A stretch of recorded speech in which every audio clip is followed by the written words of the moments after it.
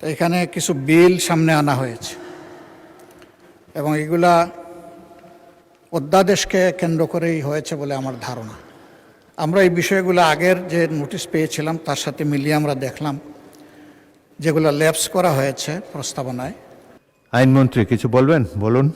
Speaker, মাননীয় বিরোধী দলীয় নেতা যে দুইটা বিলের ব্যাপারে আজকে উত্থাপন করেছেন, উনি হয়তো এটা মিস করে গেছেন। এটা কোনো অধ্যাদেশ থেকে উৎসারিত কোনো আইন নয়, এটা ফ্রেশ বিল আকারে দুইটি মন্ত্রণালয় পাঠিয়েছেন।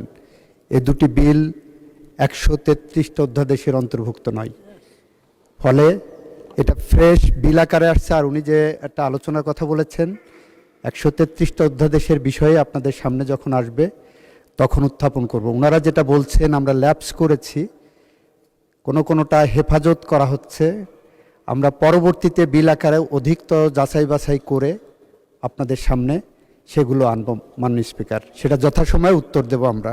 মাননীয় স্পিকার, আপনাকে ধন্যবাদ।